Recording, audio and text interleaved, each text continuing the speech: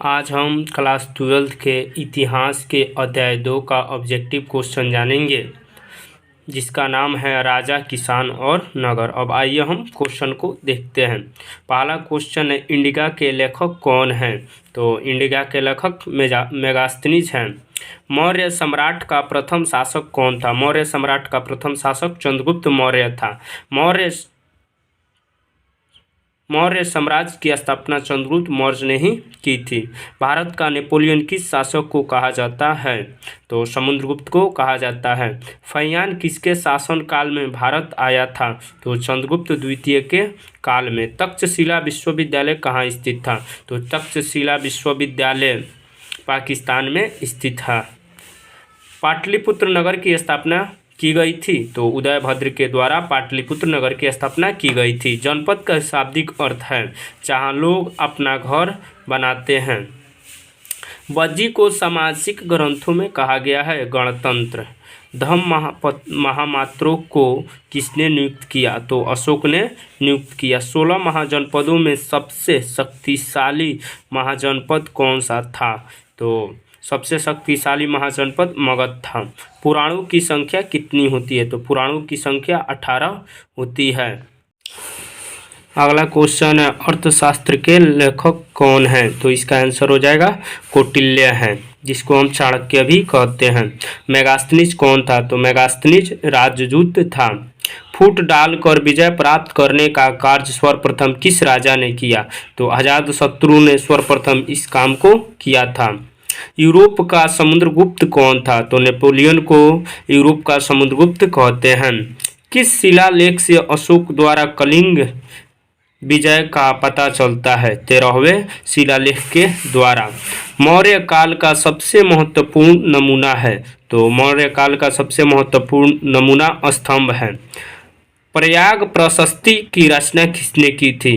तो इसकी रचना हरिसेन ने की थी।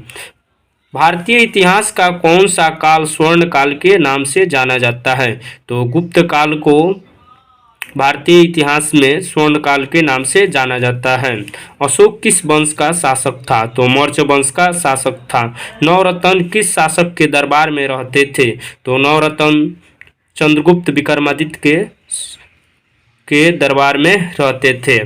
महाभारत के आदि पर्व के किस अध्याय में भीष्म द्वारा 8 प्रकार के विवाह का वर्णन किया गया है?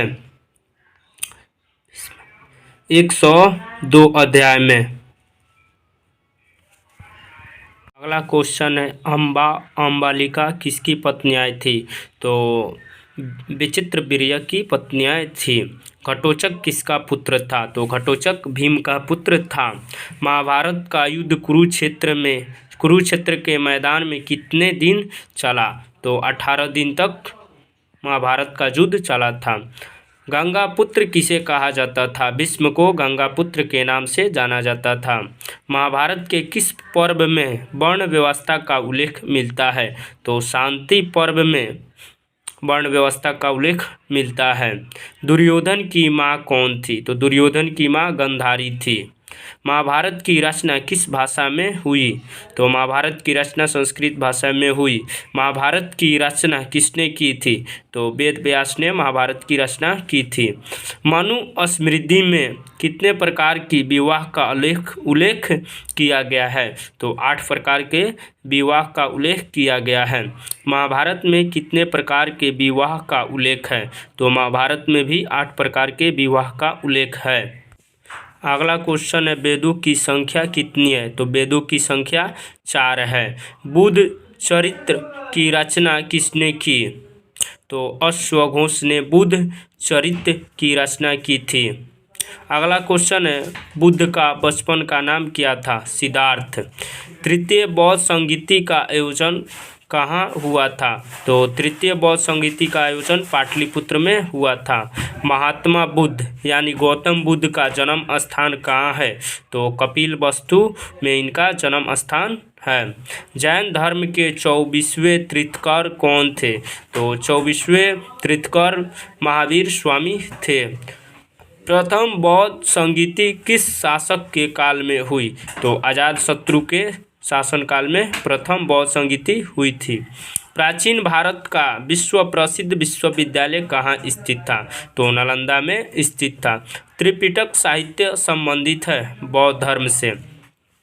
हीनयान एवं महायान संप्रदाय किस धर्म से संबंधित है? तो बौद्ध धर्म से हीनयान एवं महायान संबंधित है। महावीर ने 5 पार्श्वनाथ के सिद्धांतों में कौन सा नया सिद्धांत जोड़ा? तो महावीर ने इन सिद्धांतों में ब्रह्मचर्य को जोड़ा।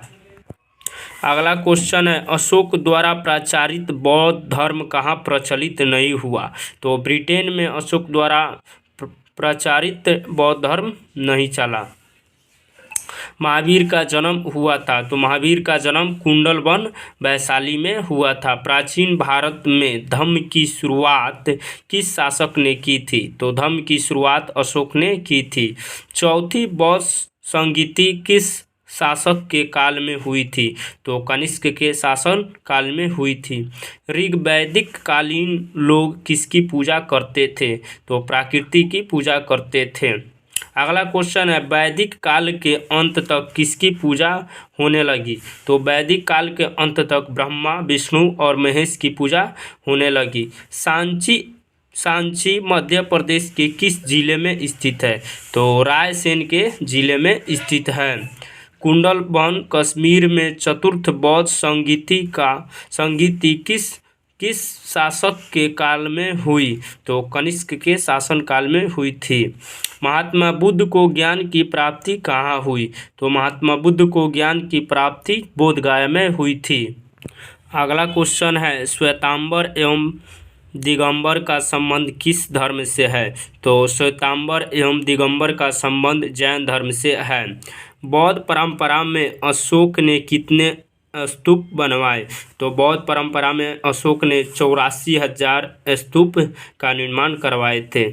हीनयानी पुस्तकें किस भाषा में है? तो हीनयानी पुस्तकें पाली भाषा में है। अगला क्वेश्चन है, आइन ए अकबरी किसने लिखा? तो आइन ए अकबरी अबुल फजल ने लिखा। अगला क्वेश्चन है, आईनी ए अकबरी कितने भागों में विभक्त है? तो 5 भागों में विभक्त है। अकबर का वित्त मंत्री कौन था? तो अकबर का वित्त मंत्री टुडरलम था। कुतुब मीनार का निर्माण किसने आरंभ किया? तो कुतुबुद्दीन ऐबक ने कुतुब मीनार का निर्माण आरंभ किया था। अकबरनामा की रचना किसने की? अबुल फजल ने की। अबुल फजल कृत आइन ए अकबरी में किस शासक का वर्णन है? तो इसमें महान अकबर का वर्णन है। तंबाकू का सेवन सर्वप्रथम किस मुगल सम्राट ने किया? तो तंबाकू का सेवन सबसे पहले अकबर ने शुरू किया था। तंबाकू पर किस शासक ने प्रतिबंध लगाया? तो जहांगीर ने तंबाकू पर प्रतिबंध लगाया था। भारत में तंबाकू का पौधा लाया गया। पुर्तगालियों के द्वारा पुर्तगाल से भारत में तंबाकू का पौधा लाया गया था। अकबर ने अबुल फजल से अपने स्वयं के काल का इतिहास लिखवाया। प्राचीन काल में ऐसी परंपरा कहाँ थी? तो ऐसी परंपरा चीन में थी। ताजमहल किस नदी के किनारे स्थित है? तो यमुना नदी के किनारे स्थित है। ताजमहल का निर्माण किसने करवाया? तो ताजमहल का निर्माण शाहजहां ने करवाया। भारत में सुलह ए कुल की नीति का प्रतिपादन किसने किया? तो सुलह ए कुल की नीति अकबर ने आरंभ की थी। किस मुगल शासक ने हिंदुओं पर से जजिया कर हटाया? तो अकबर ने हिंदुओं पर से जजिया कर को हटाया। वीडियो अच्छा लगे तो लाइक, शेयर और चैनल को सब्सक्राइब ज़रूर करें।